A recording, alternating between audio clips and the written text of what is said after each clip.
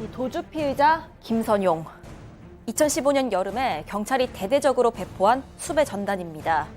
키가 170cm에 몸무게 81kg, 표준말을 쓴다면서 도주 당시 CCTV까지 공개했습니다. 이 사건 개요부터 인상착의까지 상세히 밝혔지만 하루가 지나도 잡히질 않아서 경찰도 치료 감호소도 애가 타들어가는데요. 삼엄한 감시를 뚫고 이자는 어떻게 달아날 수 있었던 걸까요? 이 숨어버린 범죄자로부터 시민들은 안전할 수 있었을까요? 오늘 사건연구소는 김선용의 28시간을 따라가 봅니다. 자, 2015년에 있었던 탈주범 김선용 사건입니다. 자, 저희가 이제 김길수 도주 때문에 이제 이걸 다뤘는데 김길수보다는 일단 빨리 잡혔어요. 일단 시작부터 짚어보죠. 네, 일단 수배가 내려진 게 2015년 8월 9일이었습니다. 그날 오후 2시 17분에 대전의 한 종합병원에서 이자가 이명 증상으로 입원 치료를 받고 있었습니다.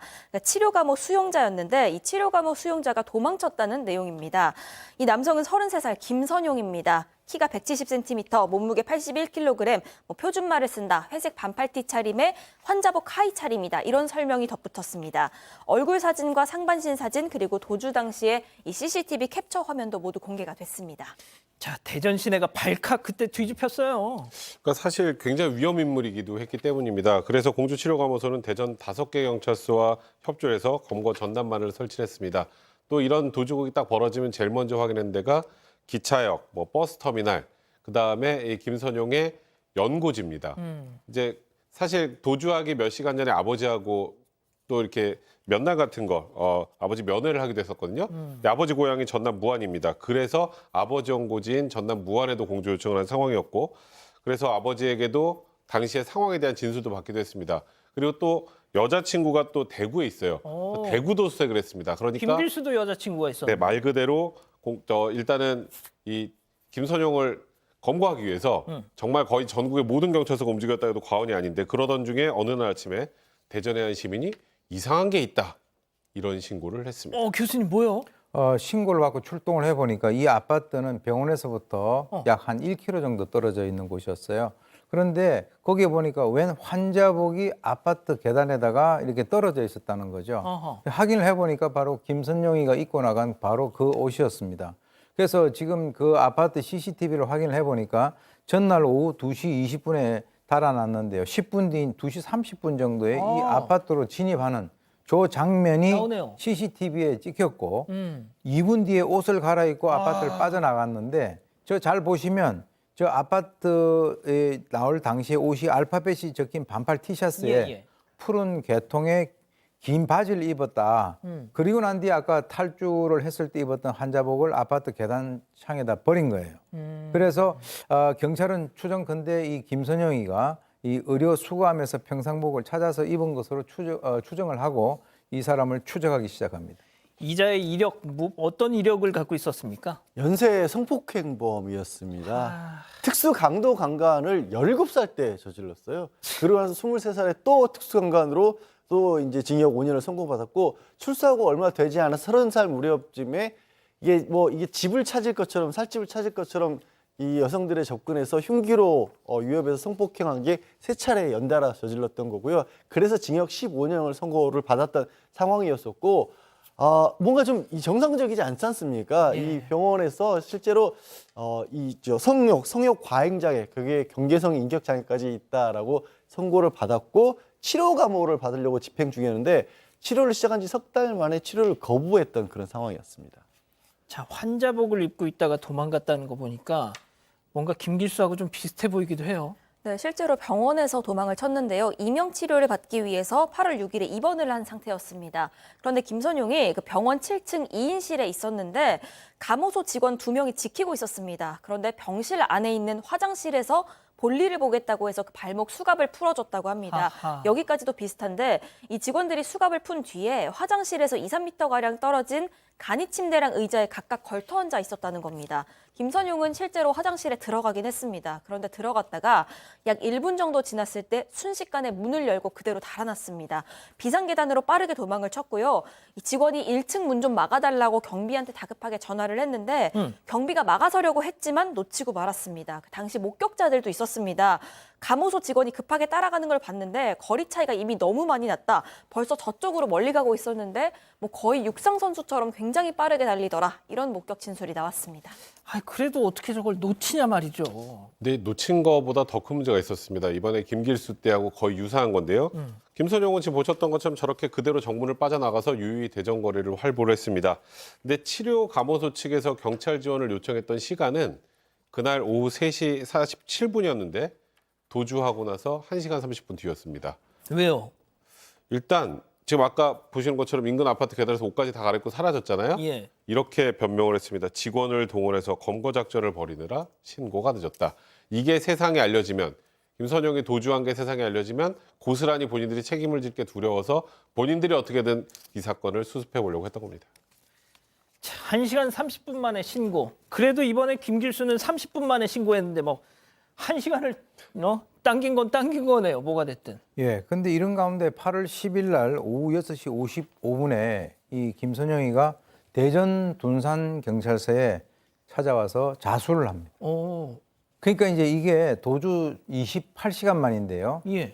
찾아오기 1시간 전에 이제 경찰에다가 전화를 해서 저 자수하겠습니다라고 의사를 밝혔는데 불행하게도 이 김길수에 비해서 빨리 검거는 됐지만은 추가적인 그 범행을 막지를 못했습니다. 그러니까 자수를 하기 전에 이미 범행을 저질렀다는 거죠.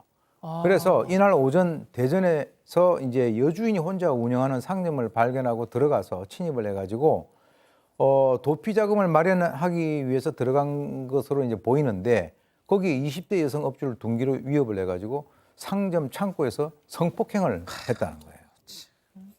양 변호사님. 근데 왜 갑자기 자수를 한 거예요? 그러니까 그것도 참 쉽게 이해할 수 없는 그런 인간 유형인 거죠. 사실은 이제 장애가 실제 정신적으로 문제가 있었던 사람이고 그 피해자와 함께 있다가 원래 피해자를 통해서 한 150만 원 가량 도피 자금을 마련하려고 했는데 그건 실패를 했고 오히려 이제 피해자 스마트폰을 보고 아 내가 지명수배가 됐구나 이 사실을 알았다고 합니다. 그래서 피해자는 쭉 같이 있었는데 같이 있면서 피해자한테도 나 지금 너무 불편하고 심경이 괴롭다. 자기가 피해를 입히고 지금 자기 감금하다시피 한 사람에게 그런 얘기를 했다라는 거예요. 그러다가 피해자하고 같이 택시를 타고 경찰에 가서 자수를 한 겁니다. 자수를 한 이유는 또 이렇게 너무 오래 도망 다니면 더 성범죄를 많이 저지를 것 같아서 자수를 했다. 이 얘기만 듣고 보면 또 멀쩡한 사람인가 싶기도 하고 좀 이상한 상황이었던 거죠. 자, 이 피해자는 가해자하고 지금 택시를 타고 계속 같이 경찰서 이거 그 사실상 끌려간 거 아니에요? 네, 맞습니다. 그런데 이런 와중에 그 경찰이 김선용이 자수 전화를 먼저 했는데 이 전화를 제대로 받지 않아서 오히려 시간을 더 끌었다. 이런 의혹이 나왔습니다. 피해 여성 휴대전화로 전화를 걸었습니다. 이게 그 대전에 있는 여기저기 경찰서에다가도 걸고요. 뭐 112 이런 번호에도 걸었습니다. 그렇게 15통을 걸고서야 자수 전화를 할 수가 있었습니다. 왜요? 이렇게 지체된 이유가 그 최초 신고 전화 받았던 게 한 경찰서 민원실이었는데 이 민원실에서 전화를 받았는데 저는 김선용 모르는데요? 라고 답변을 했던 겁니다. 지금 수배 내려진 거 아니에요? 그 사실을 몰랐다는 게 경찰이 추후에 설명한 내용인데 아휴. 겨우겨우 어찌됐든 신고 전화를 했고요. 그럼 경찰이 잡으러 왔어야 하는데 경찰서가 코앞이었는데도 30분 넘게 경찰이 도착을 안 했다는 겁니다. 결국 피해 여성은 사실상 택시에 같이 동승을 해서 끌려서 이 김선용과 같이 경찰서까지 가게 된 겁니다. 경찰 민원실 때문에 1시간 이상 더 악몽에 떨어야 했던 건데 경찰은 추후에 설명한 내용이 말씀드렸다시피 전화 받은 민원실 직원이 당시 공개 수배 내용을 모르고 있었다. 김선용이랑 통화한 사실도 기억을 잘 못해서 책임을 물을 수는 없다. 이렇게 입장 밝혔습니다. 야, 진짜 저 때 정말 엉망진창이었구만요. 양 변호사님, 그래서 어떻게 됐습니까? 일단 특수강도강간 혐의로 17년형을 선고를 받았고요. 그리고 7년간 사실 이 성중독 약물치료 흔히 일반에서 얘기할 때는 화학적 거세를 선고를 받았습니다. 이게 화학적 거세의 첫 번째 사례가 된 거였습니다. 아까 말씀드렸다시피 처음에 치료감호소에서 치료를 받다가 석 달 만에 거부를 했던 거잖아요. 그래서 이번 판결을 내리면서 그때 당시에 재판부에서 치료도 본인이 거부했고 그러면 본인이 성적 장애가 있다고 하지만 과연 극복할 의지가 있는지도 의문스럽다. 게다가 피해자가 겪었을 어떤 정말 얼마나 두렵고 힘들었겠습니까? 그런 것까지 고려를 해서 화학적 거세 명령까지 내렸던 겁니다. 50살에 나옵니다, 교수님. 예? 그렇습니다. 근데 지금 이제 가장 문제가 되는 것은 이렇게 왜 수감자들이 도중에 이렇게 탈주하는 일들이 발생하느냐는 것이죠. 실제로 이제 이 두 사람이 전부 다 치료를 받으러 병원에 가가지고 화장실에서 도주를 했지 않습니까? 그리고 이제 성공을 해가지고 뭐 활보를 하다가 검거가 되긴 됐는데 앞에 있는 그 김선영이 같은 경우는 문제가 되는 게 바로 이겁니다. 도주 1시간 반 만에 신고가 됐고 김길수는 1시간 만에 신고가 됐어요. 그러니까 눈앞에서 이번에 김길수 같은 경우도 눈앞에서 바로 문을 차고 나가니까 그 두 사람이 뛰어다니면서 이 그 도주한 이 수감자를 갖다 잡으러 다니다 보니까 1시간 되니까 이미 그 어떤 그 초기 단계에서 체포를 할 수 있는 그 기회를 갖다 놓친 거죠. 그래서 저는 앞으로 좀 규정을 바뀌어가지고 저렇게 지연 신고를 하게 되면 그렇게 한 사람들에 대해서 좀 더 책임을 갖다 묻는 그런 것이 좀 있어야 될 것 같고요.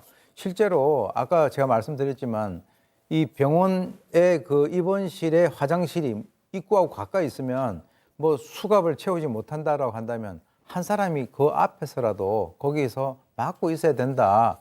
그렇게 해서 좀 긴장을 하셔야지 이게 어떻게 보면은 그 수많이 이제 고생하시는 그 공무원들 이 사기 떨어뜨리고 그리고 한두 명이 이제 실수를 해서 조직의 명예도 떨어뜨리고 예. 이게 온 그 사회적인 논란이 되니까 좀 긴장하셔야 되지 않겠습니까? 자, 이 화학적 거세가 말 표현이 좀 그래서 그렇지 이건 사실상 치료 행위입니다. 의료적으로 치료를 해주는 거예요. 이 돈 엄청나게 예산 많이 듭니다, 이거.